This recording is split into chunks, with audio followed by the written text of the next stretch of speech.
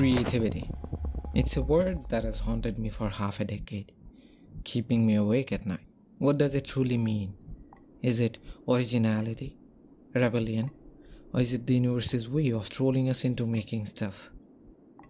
For years, I've wrestled with definitions, theories, and my own messy attempts at creating something, anything that felt meaningful. And then I stumbled on Hans Eysenck's book, Genius, The Natural History of Creativity.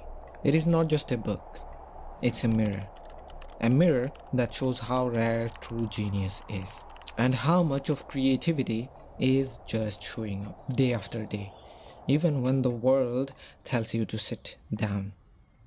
This video isn't about answers, it's about questions. And maybe, just maybe, it's about finding your own definition of creativity, even if it keeps you up at night. But now there is something else other than human that we need to talk about. We humans have become so creative that we have created an entity that can create for us. Now, is it the pinnacle of human creativity, or is it another tool that we have to make human creative process faster? That's a question of which time will answer. But as of now, AI is a tool that can help us create faster, think efficiently, and can imagine instead of us. Back in 1995, Hans Eysenck dismissed AI's creative potential. He argued machines could never replicate the human mind's chaos, the latent inhibition, psychoticism, and gut instinct to ask, what if? Computers, he said, lack the fuzzy, unquantifiable madness to connect unrelated dots or rage against the void. Creativity to Eysenck wasn't just answers, it was choosing which problems mattered. But Eysenck never saw GPT-4, DALL-E, or AI that composes symphonies indistinguishable from Bach's. Today's algorithms learn from billions of data points, mimicking our art, our stories, even our voices. They are getting scarily good at faking it. So was Eysenck wrong? Maybe. But here's the catch. AI's creativity is still a hall of mirrors. It remixes human ideas but feels no joy in a sunset, no despair in rejection. It can't choose to paint by itself just because it feels inspired by the beauty of the nature, or write 1984 after surviving fascism. It doesn't care, and that's the rub. Eysenck's core argument holds. Creativity isn't just output, it's the why, the grit to grind through failure, the obsession, the dopamine rush of a eureka moment after 50 sleepless nights. AI lacks the hunger. It doesn't need to create, it just does. But let's be honest, AI is evolving faster than Eysenck imagined, or any of us imagine. What happens when it does match our chaos? When algorithms learn to feel? For now, creativity remains our last stand, the one thing machines can't fake. Because creativity isn't just about making stuff, it's about making meaning. So maybe the real question isn't, can AI be creative? It's, will we still care? If creativity becomes a button anyone can press, what happens to the soul behind it? Eysenck's psychoticism, the rebellion of human spirit, might be all we have left. Creativity isn't a tool, it's a mirror. And right now, that mirror still reflects us. For me, the obsession with creativity started young. At first, it was about grades, meeting expectations, proving I was enough. But over time, it became about something deeper. The need to create something meaningful. I've spent years trying to define creativity because I thought if I could define it, maybe I could become it. But the more I searched, the more I realized creativity isn't something you can pin down. It is not a formula or a checklist. It's a process. a messy, imperfect, deeply human process. In Genius, The Natural History of Creativity, Hans Eysenck explores what makes a genius. It is not just high intelligence or raw talent, it's the combination of the many factors: intelligence, persistence, and unique personality trait he calls psychoticism. Eysenck argues that these factors don't just add up, they multiply. It is not 1 plus 1 equals to 2, it is 1 multiplied by 1 equals 11. This multiplier effect is what makes genius so rare and so hard to measure. As Lord Kelvin once said, if you can't measure it, you don't truly know it. But creativity refuses to be neatly quantified. It is abstract, unpredictable, and deeply personal. And maybe that's the point.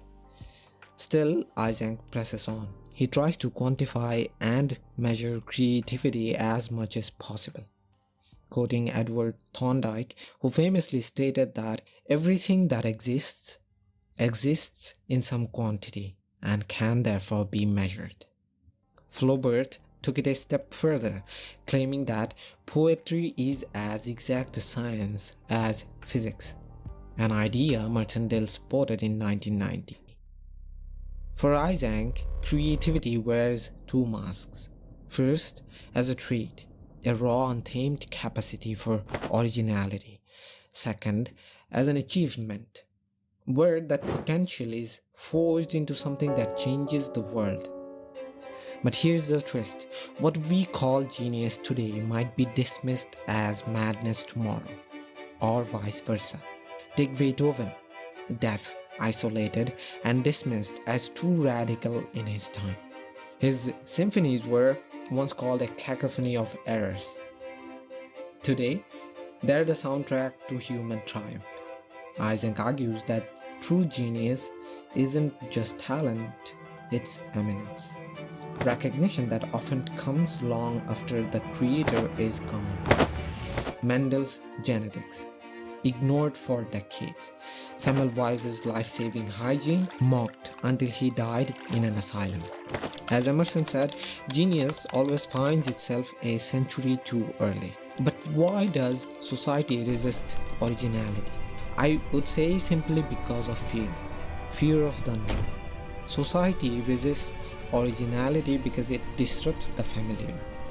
People find comfort in patterns, traditions, and established norms, things that provide a sense of order and predictability. Originality, by its nature, changes the status quo, often making people uncomfortable. And so that we don't make people uncomfortable, from an early age, we're taught to conform, to follow rules, fit into systems, and not to stand out too much. This conditioning makes it harder for us to embrace those who break the mold. Darwin put it bluntly: what a good thing it would be if every scientific man died at 60. Afterwards, he would oppose all new doctrines. Max Planck agreed: new truths win because their critics die, and new generation grows up accepting them. Even Shakespeare broke the rules. In his time, playwrights were expected to follow the classical unities, a strict code demanding that stories unfold in one place, over one day, with one plotline. Shakespeare ignored all three. His plays leaped across continents, spanned decades, and tangled subplots like a mad weaver. French critics like Voltaire sneered. Hamlet is the work of a drunken savage, he said. It took a rebel to defend a rebel. Enter Gotthold Lessing, an 18th century German playwright who clapped back. Shakespeare's genius isn't in obeying rules, it's in capturing the messy truth of being human. Lessing's defense forced Europe to ask who decides what's relevant in art. Orthodoxy until a maverick rewrites the rules. And that's the genius paradox. Creativity demands persistence, not just to create but to endure rejection. Einstein called it an unconquerable will. Milton lived it, blind, exiled, and penniless. He wrote Paradise Lost not for fame, but because the fire inside refused to die. For every Semmelweis crushed by orthodoxy, there is a Darwin who outlasts it. Yet today, Eysenck warns, creativity is still suffocated by bureaucracy, by fear of change.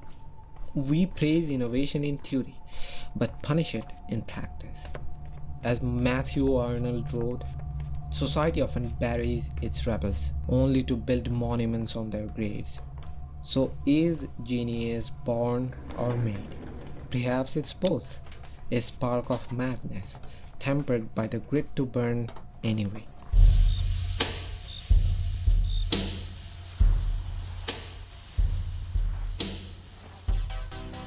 Now let's talk about the messy brain of a creator. Imagine your mind is a radio. Just imagine, constantly scanning frequencies. Most people tune into one station, focused, practical. But creative minds, they're picking up every channel at once. Static, music, whispers, screams. Psychologists call this low latent inhibition, a fancy term for a brain that can't filter out the noise. For geniuses, this chaos is a superpower and a curse. Think of Da Vinci. His notebooks overflowed with flying machines, anatomy sketches, and grocery lists all jumbled together. Or Einstein, daydreaming about light beams while working a boring patent office job. Their brains didn't notice the noise. They used it to rewire reality. But raw chaos isn't enough. Creativity needs a filter. Eysenck called this psychoticism. Not madness, but a fearless refusal to play by the rule. It's what lets creators sift through the mental static and shout. Take Nikola Tesla. He heard visions of electric cities in thunderstorms and obsessed over pigeons, quirks that made him an outcast. Yet, that same psychoticism birthed alternating current, powering the modern world. But without discipline, chaos stays chaos. For every Tesla, there are countless geniuses lost in the noise. Creativity isn't just about having ideas, it's about finishing them. As Eysenck put it, originality without relevance is just eccentricity. But here's the problem. True originality always feels irrelevant at first. Van Gogh's stars were called childish. Einstein's math was dismissed as Jewish physics. Darwin's evolution, hearsay. So how does an original idea become relevant? It is not about pleasing the crowd, it's about speaking a truth the world isn't ready to hear yet. Relevance isn't popularity, it's resonance. Mendel's genetics were ignored for 35 years. That doesn't mean his idea was irrelevant, it just needed science to catch up. Relevance is a dance with time.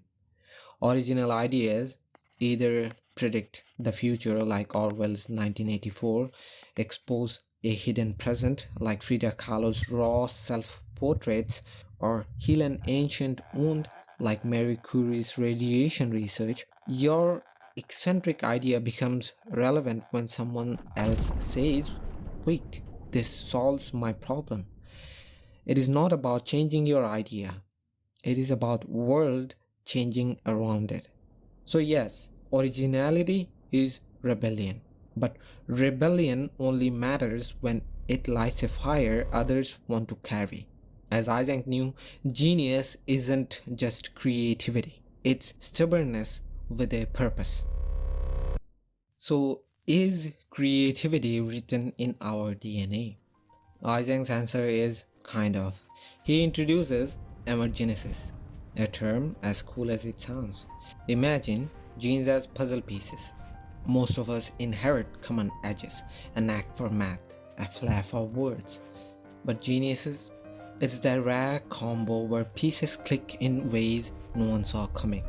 Mozart's symphonies, Frida Kahlo's surreal visions. These aren't just talent, they're genetic lightning in a bottle. Take the Brunet sisters. Their isolated, storm-soaked childhood, fused with a genetic knack for storytelling, birthed Wuthering Heights and Jane Eyre. But here's the twist. Genes set the stage, but they don't write the script. For every Brunet clan there's a Van Gogh. No creative lineage, just a lonely soul with a starved ear and a paintbrush. Eysenck digs deeper. Creativity isn't just genes, it is also brain chemistry. Dopamine, the molecule of curiosity, floods creative minds, turning them into idea addicts. Combine that with neural plasticity, the brain's ability to rewire itself through practice, and you have got a recipe for genius. Picasso didn't pop out of the womb painting Guernica. He grinded through 50,000 sketches first. And also, your environment can turn genetic whispers into screams. A kid with Mozart's genes raised in a creativity-starved town, they might end up a bored accountant. But put them in a room with a piano, a mentor, and a little madness, history gets rewritten. Eysenck's conclusion? Creativity is both born and built. It's a dance between nature's lottery and nurture's relentless push. As Einstein said, imagination is more important than knowledge. But without the grit to use it, imagination is just a daydream. And here's the thing about creativity. We can't measure it because we can't see it. It is not born in spreadsheets or labs. It erupts from unconscious. Einstein's theory of relativity, a dream about riding light beams. Kekulé's benzene ring, a hallucination of snakes eating their tails. Mary Shelley's Frankenstein, a nightmare during a volcanic winter. Science tries to map it with brain scans and algorithms, but it hides in the static between neurons, the chaos of sleep, the day-drunk scribbles we later call genius. Eysenck called this the unconscious mind, a mental basement where ideas ferment like wild yeast. It is not logic, it is alchemy, a mix of experience, obsession, and raw nerve endings all coming together. The best example that comes to my mind is dream. How can you dream of something that you never saw, experienced, or even thought about? But yet dream manifests in an intriguing manner. Creativity is forged in the mundane. That aha moment, it's what happens when years of grind collide with a brain wired to rebel. Eysenck's psychoticism isn't just rule breaking, it's letting the mental radio scan static until a signal breaks through. So can we truly measure this?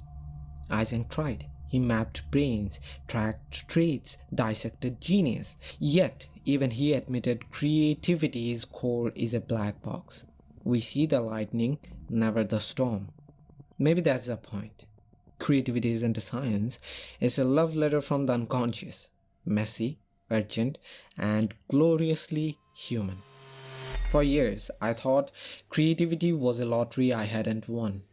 A gift for the Leonardos and Mozarts, not some kid scribbling in notebooks, chasing approval. I'd stare at blank pages, waiting for lightning and hear only silence. But now, I'm not in a hunt for creative achievements. Now I understand creativity isn't a spark or a gift. It's a grind. It's psychoticism's stubborn whisper. Keep going. It's latent inhibition's chaos, filtered into something that matters. And yeah, maybe it's the universe trolling us into making stuff, just to see if we will bite. I've learned, for me, creativity thrives in the quiet cracks. The 3 a.m. thoughts, the walks where ideas hum louder than the traffic. Most importantly, what I came to realize recently, solitude isn't loneliness. It's the gramophone where the microscopic grooves of a vinyl record are transformed into music. I understand I'm not a genius, but genius isn't the point. It's showing up. It's failing 100 times for one flicker of this works. Einstein called it an unconquerable will. Eysenck called it psychoticism. I call it refusing to let the algorithm win. So, what is creativity? Honestly, I don't know. But here's what it feels like for me. It's 2 a.m. and you are scribbling an idea that will look stupid tomorrow, but right now it's the best thing you have ever thought. It's finally nailing that line of code after 47 errors and still worrying someone will call you fraud. It's staring at your draft and realizing, oh, this isn't about robots, it's about my dad. Creativity is not some sparkly superpower. It is showing up when you are exhausted.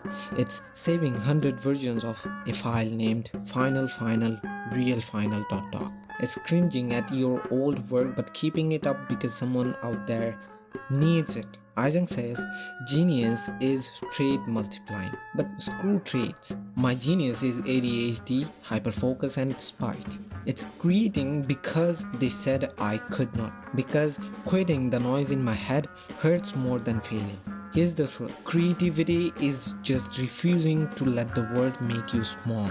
Even if your art is Excel sheets or TikTok skits or fixing lawnmowers.